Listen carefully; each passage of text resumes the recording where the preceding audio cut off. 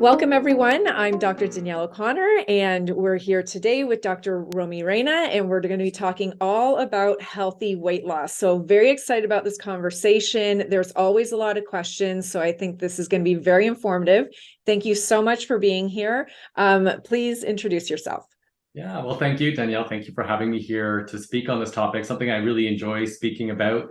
Definitely have been working in this area, consistently through my practice, and I've helped a number of people with this, and many people struggle with achieving healthy weight loss, having the weight loss, and then enjoying your life, so to speak. And that's really what we're trying to do here with that.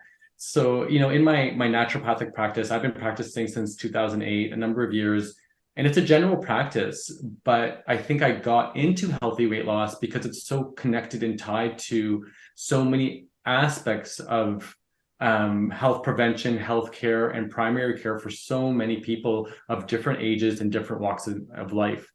And yet there is so much struggle, there's so much misconception on this topic. And so I'm really glad that I can be here today to kind of dive into it a little bit more. That's great. Yeah, I think this is going to be a great conversation in terms of, talking about which tactics are actually effective and giving strategies, really to make people's journey easier, because there is a lot of, fad diets out there that everybody's talking about. So, so let's get started. So first off, just if you can kind of go over, what is healthy weight loss and really how does that work? Yeah, I mean, you're really hitting upon a really important point there that in a lot of ways, I may not have any new information to offer. In the terms of what really helps the body to lose weight and what kind of needs to be done, and how many times a patient has said to me, "Oh, I know what needs to be done." And they're right, they do know what needs to be done. However, it's not happening. And so that's where one element of healthy weight loss is guided. For it to be guided by someone who knows the journey a little bit, knows the course. We all need help sometimes. And one of the biggest things with healthy weight loss, because we're trying to make an adjustment to our life, having the motivation, having the support, having the guidance, having the check-ins and accountability, and having, as you say, the kind of smart approach. Like, it's fine to work hard, but we should sort of work smart as well and be strategic in our approach and be realistic and practical with our approach. No one's interested in all of a sudden living as though they're living in a monk or a monastery. We still need to live our life. But healthy weight loss fundamentally is health oriented. It's the foundation cornerstone, that we want to be health oriented foremost, and that weight loss, pardon me, can be something that people pursue for cosmetic reasons, but that's not exactly what healthy weight loss is. It is really health focused, and we really focus our conversation and efforts around that, and our goal setting around that too. And in this way, healthy weight loss ought to acknowledge individual needs. What is that person's individual health profile? What are their challenges? What are their opportunities? How can we leverage those things for success? And knowing that landscape is actually really, really important. In that way, when healthy weight loss is guided, like I mentioned, it has to be flexible to that as well. So that if we see that, we want to be more health oriented, that we're trying to acknowledge individual needs, that we're living a practical modern life, like many people do, that we need to be flexible in that context. And then also super, super important is that it needs to be sustainable. We're not interested in the yo-yo. We're interested in getting the job done and moving on and living an enjoyable life and not having to be on a diet anymore. So we want it to do it in a way that creates sustainability, and that involves physiology, and that involves behavior, and that involves a couple of different parameters there. So coordinating those efforts is really important. And then, as you can sort of tell with all of this, it is lifestyle focused. It is health focused, therefore, and it's sustainable. Therefore, you can almost imagine that it is lifestyle focused. We don't want to necessarily do hard things on the body or put pills in the body, whether they're supplements or otherwise, if we don't absolutely need to, and if we can rather use our lifestyle and the way that we eat and move to make our body work the best, then great, let's focus on that. That's great. And I love how you, pulled out kind of specific things that are very important, because especially with lifestyle, you want to be able to incorporate that healthy lifestyle into your daily routine and continue doing it and not have to worry about, is this hard on your body? And like you said, that personalized approach, right? So maybe, in general, that foundational health piece is going to be there for weight loss, but you do have to look at that personalized approach, because everybody's body is different and may have different needs, right? And so, I love how you kind of put all of that information together. And I guess that's something else when we think about that personalized approach. Like, a lot of people are doing specific diets where, whether it's a keto diet or a paleo or like that zero carb type of diet, right? And is that approach good for them? Is it good for their bodies? So, maybe we can pull one of those and just talk about it, because I know that zero carb diet right now, a lot of people are talking about it. And are you finding that is working for weight loss? Is it something that you suggest to your patients, or are patients coming in, thinking of this diet already? What's your take on that? Yeah, really important question on this topic, because I do see it a lot. People who have some idea of a kind of like zero carb diet or a keto diet, which reminds me from earlier on in the beginning of my practice, when people would talk about avoiding fat as a nutrient as well, and we sort of learned things about that as well. But what I've seen, and there are some like paid diet weight loss programs out there that do emphasize that practice, and I see that play out. And I've met patients who've used it, and then they come to see me, and what I see play out is what we kind of expect to play out in a way, that they're not sustainable. It's hard to eliminate one whole category of foods in the carbohydrates and think that we can do that for a very long period of time. Initially, the body does lose weight. That's seen by a lot of people. But then if we want to go back to eating in like this normal way, which kind of is the goal at the end, like I say, lose the weight and live an enjoyable life, well, then we see a regain, and we unfortunately see a regain in excess to the amount that used to be there. So that's unfortunate. And I think we expect that from like a naturopathic perspective. We expect that, because if we think about the nutrients we're talking about here, we're talking about carbs, we're talking about fats, we're talking about protein, just three nutrients. And when I think about those three things, I'm reminded of a stool. If a stool had three legs, but you broke off one of the legs and you ask someone to sit on it, should they sit on it? And I mean, we all know the answer. It's no, they're going to fall. So when we only have those three supports for our diet, eliminating one of them leaves us without the support we need. And what we do mistakenly, I think, in the specifically topic of carbs, is we throw the baby out with the bathwater, so to speak, and we paint it all as a bad carb or a simple carb. Whereas actually carbs have also our most healthy foods. No one wants to talk about the broccoli and the asparagus, but let's not throw out those guys. We know those are healthy. And I think this also speaks to the larger issue at hand, is that with healthy weight loss, there's really no shortcut. I wish there could be a shortcut. I think we would all wish that, but realistically, there's a cost to all those shortcuts. And that's what we're not interested in, that with healthy weight loss. As a result, since there are no shortcuts, then what is the timeline? And I think that is the response we're not hearing when we're talking about healthy weight loss. So you're taking away my shortcuts. Now, can you tell me how long this journey will actually take?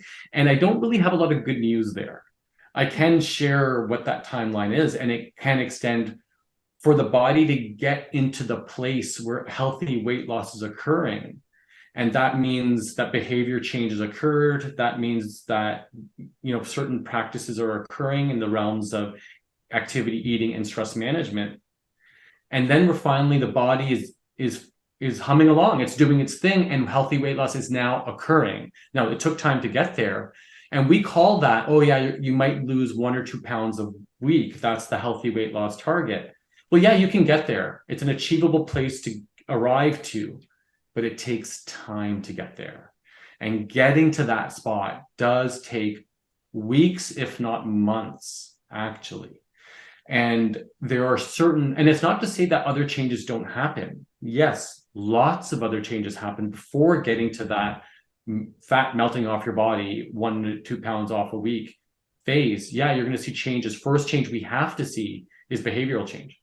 We will see that right away. And actually, with behavioral change, we will see initial boom, 5 pounds about there of water loss, which we're carrying extra, which we need to lose for the rest of the changes to occur.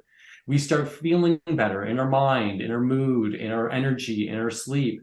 We get to experience that in the early stages, actually, in the first couple of weeks.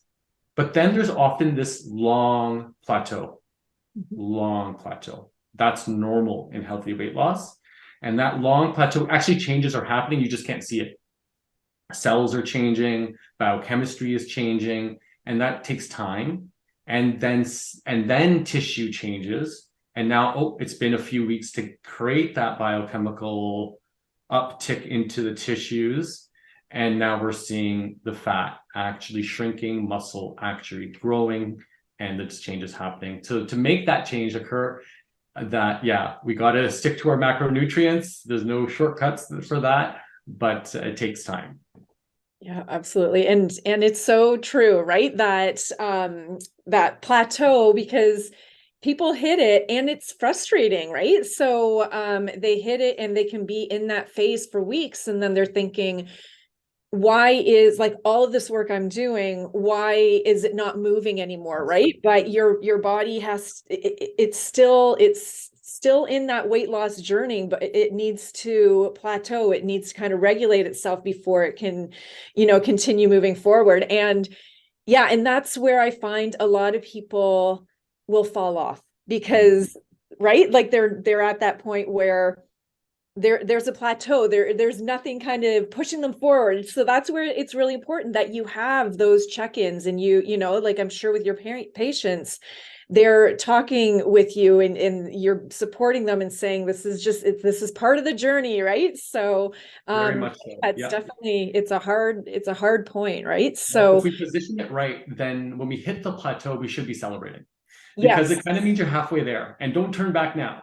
yeah, Kind of thing. And but it is hard, 100%. It's a very challenging period of time because the efforts are out of balance with the results at that time, right, for sure. yeah. Absolutely. And so, yeah, and I like how you mentioned, like, the stool with the 3 legs, and, really talking about that, that balance, essentially, right? And really making sure that you have all aspects, like all of the macros are in there for a balanced diet to support you in all aspects of that nutritional health piece. So with that, what are some other factors that we need to think about in terms of weight loss? So we have that diet piece, but what are the other things that really need to be incorporated? Right. Yeah. Can't. And actually, that's actually scientifically kind of demonstrated that dieting alone, and I don't even want to use the term dieting. I don't like that term. It's not what I'm going for here. But dieting alone has about a 95% fail rate in 5 years. So if you just did that alone, that in 5 years or sooner, you're gaining that weight back. So that's unfortunate. That's not the goal here. And so it can't be done alone. The food balance, the eating practices, our choices for nutrition, super important. And we want to adopt generally healthy practice. It doesn't have to be perfect, but generally pretty healthy. But then the other major components, so if there's like 3 pieces to this pie, let's say, and food is one major piece, and then the other major piece is physical activity and movement, and to some extent exercise. That is a challenging component to this. Not easy for many people, and it's actually not easy for hardly anyone actually to do that consistently, because it is out of sync with our society. It was great if we lived in a society where we were forced to work 20 minutes to work every day and 20 minutes back and then done. We don't have to do physical activity. But no, we are a sitting culture and a sitting society, and that has health impacts that have to be acknowledged, and it's usually done through catching up with our physical activity and doing it more intensively in that way. And how can we incorporate that in a consistent, regular fashion that is enjoyable for us, that at least as we're doing it or after it's done, we can look back at it and say that was enjoyable. So yes, the physical activity component is the second piece of the pie, major piece of the pie. And then there's a third piece to this pie, and it's what I call the everything else piece. And there's a few things in there. There's more than one thing. One is, and a big one and I've already alluded to, is stress. Stress is a major factor in healthy weight loss. It's a major factor in all of our lives. And when we're under like stress, whether it's intense short-term stress or kind of medium grade, or even semi-intense long-term stress, it actually kind of can chip away at us a little bit. And it can do that in our biochemistry. We have cortisol, or stress day in, day out stress hormone, that changes our biochemistry in the way the fat is distributed to our midsection. Nobody likes that, but that's a biochemical effect for a lot of people due to stress. But then also we have behavioral change. When we're stressed, now we may emotionally eat. Now we may be too busy and we're skipping meals. Now we've skipped meals all day. We come home and we literally want to just crawl inside our fridge and just eat everything that we can easily put into our mouth. And so that's a certain situation too. That's a behavioral situation. So acknowledging that whole piece, the biochemistry and behavioral piece that comes from stress, has to be done if we're really going to take that piece on. But that's not just it. When it comes to the everything else, hormones are involved. I just talked about cortisol, which is a hormone. Another major hormone involved here is thyroid. And if there is struggles with weight loss, thyroid needs to be looked at. It shouldn't be ignored. And then the third one that ought to be on the list for some analysis investigation is insulin. If our blood sugar regulation is hampered in some way, then it's like kind of like running up against a brick wall. We're not going to be able to bash through it unless we address it specifically. So identifying that can be a big part of the picture. But the everything else piece also has another component, and it's a major component, which is the kind of in between the ears kind of component. If you really talk to anyone who's done anything of challenge, they're going to say, oh, half of the battle is in my mind. And to that, I would say that motivation, what our goals and values are really, really important factors in keeping us moving forward on this, and revisiting those values, using the values to fuel our motivation, is something that we need. It's not exactly easy to say to ourselves, okay, I'm going to eat foods that I don't quite love. I'm going to actually avoid the foods that I do kind of love. I'm going to force myself into this physical activity thing, which is an interesting thing because it's not an easy thing to convince yourself to do. So you're going to do that. And I'm going to keep myself doing this for a few months. Well, motivation is going to be required. And so acknowledging that at some level is really a part of the process. It's important. So I don't want to undercount or discount the importance of physical activity and healthy eating, but there certainly are other components to healthy weight loss that need to be acknowledged too.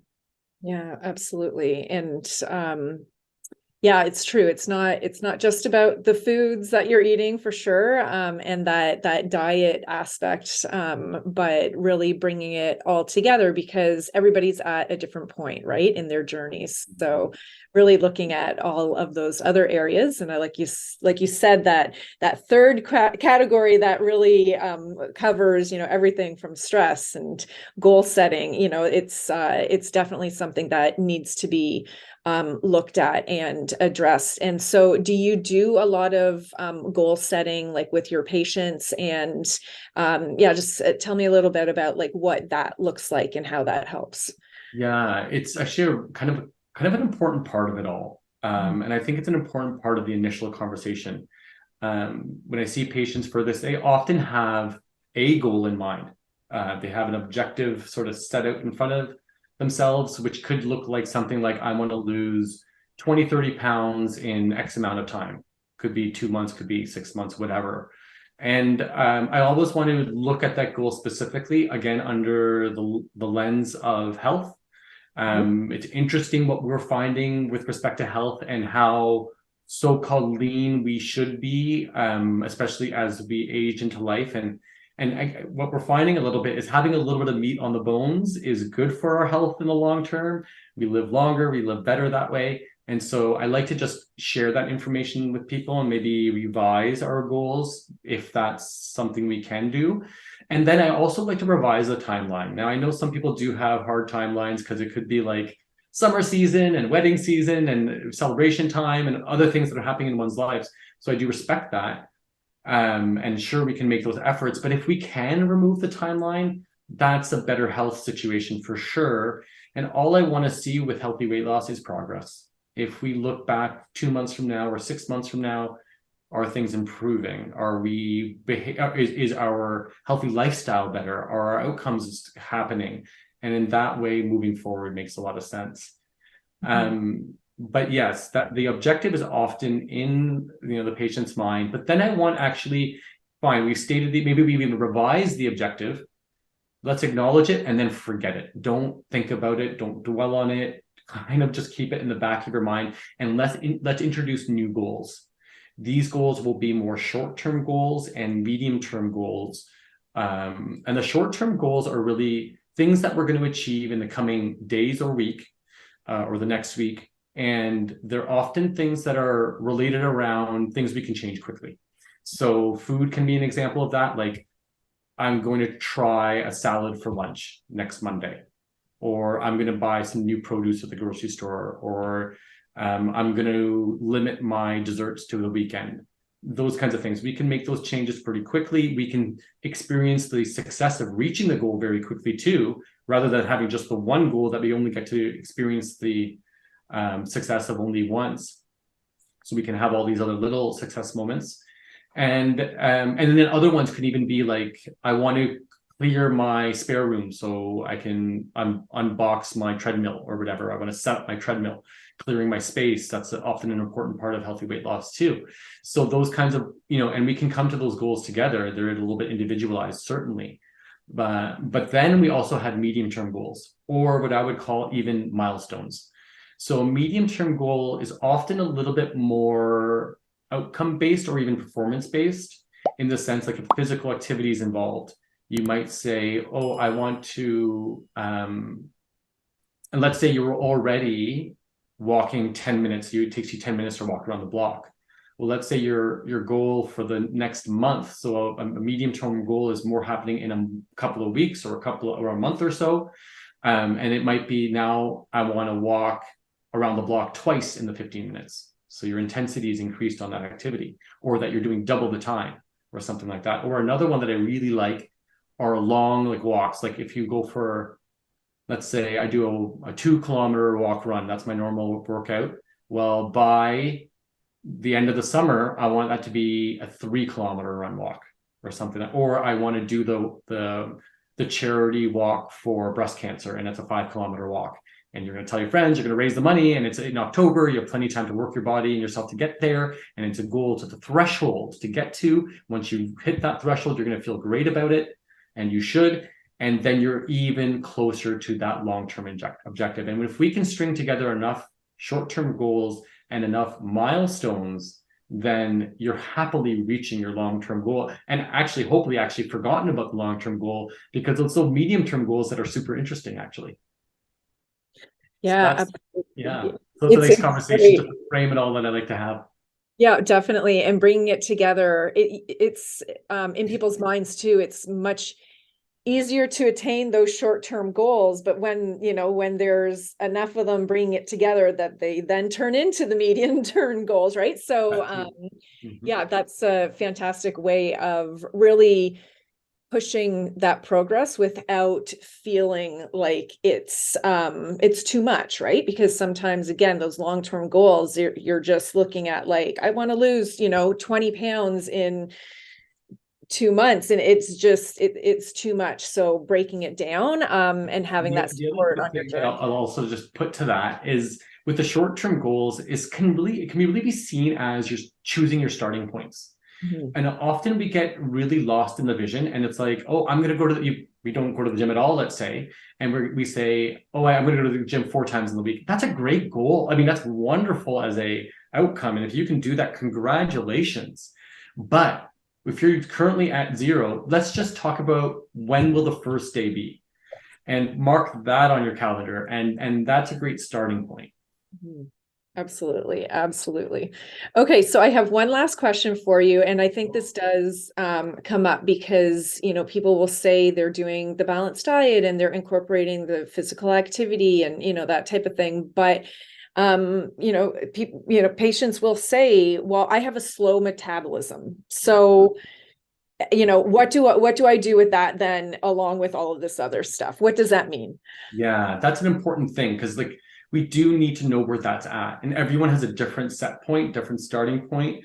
And I want to know where that starting point is at and meet my patient there. So sure, if they're a person who has a slower metabolism, that needs to be acknowledged and it needs to be changed. So the beauty of metabolism is that it can be changed, and the goal is to speed it up. And it really is an important goal in healthy weight loss. Even if the patient's not stating it, I'm bringing that one to the table. Because what happens? What is metabolism? Well, metabolism is the speed at which the body does its biochemical work and burns calories. And so if we have a fast metabolism, it means we eat that food, it's burnt up, and we're moving on. It's not being stored in our body, and we want that. We have certain body tissues that burn up that metabolism more, and that's our muscle. So if we can make our body composition, and this is an essential component of healthy weight loss. Healthy weight loss is really more a body composition change from lessening fat to increasing the muscles and the muscle content of our body. And if we have more muscle content of our body, it means we're burning up more metabolism, and our metabolism has sped up. This here, when we have more lean muscle mass and our metabolism is now faster, this here is sustainable weight loss. Now the body is doing the work on its own. So if I had a slow metabolism and I would say, oh, as soon as I eat that thing, I feel the negative effect of it right away. And when our metabolism is faster, it's like, oh, wow, it seems like you can just keep on eating and you don't gain a thing. And how do you just keep on doing? Where does it all go? Well, it's being burned in that metabolism. And so by eating more efficiently burning fuels, meaning healthy eating, by getting our furnace going, getting the sort of the furnace going in our body through physical activity, will also increase our metabolism as well and create that larger muscle mass in our body. And that also really creates the context where this is just a phase. Doing that really, really kind of specific healthy eating by going maybe a little bit extra with our physical activity as far as the time we're committing, by really focusing on stress management, and then we see our goal be met. Well, what happened in that time? Yeah, we lost some weight, we feel great, a lot of other health goals are being met, and then we have more muscle mass in us. Our metabolism is actually a lot faster. Now, I don't necessarily need to go to the gym and have physical activity to that same level. Now I'm in maintenance mode. It's a different mode. I still am going to be physically active, but I'm also not in this heavy duty watch everything that I eat mode. I'm actually a little bit more balanced. I'm having like the fun weekend on the meal on the weekend, feel fine about it because my metabolism is kicked up. My healthy lifestyle has kicked up. And now we can be in this maintenance mode and enjoy, or what I rather call the enjoy your life phase. You've had this healthy experience and you've adopted a new lifestyle. Go enjoy yourself. And so that's why we do want to increase metabolism. We do want to create sustainable, healthy change. Yes, absolutely. And that metabolism will increase as you're doing all of these things that you're mentioning, right? So this is wonderful. Absolutely. Thank you so much, Dr. Romy. This has been wonderful. You've been a great guest, some great information. And I really do think that this information is really going to give people a better understanding about what healthy and sustainable weight loss means versus the fad diets and things that are circulating out there, and just knowing that, if you are looking at incorporating this into your lifestyle and it being there long term and making you a healthier person, that this is the direction that we need to go, right? So. Well, thank you, Danielle. And I'm always happy to help. And I really, really enjoyed this conversation today. Thank you so much. Wonderful. Take care. Thank you.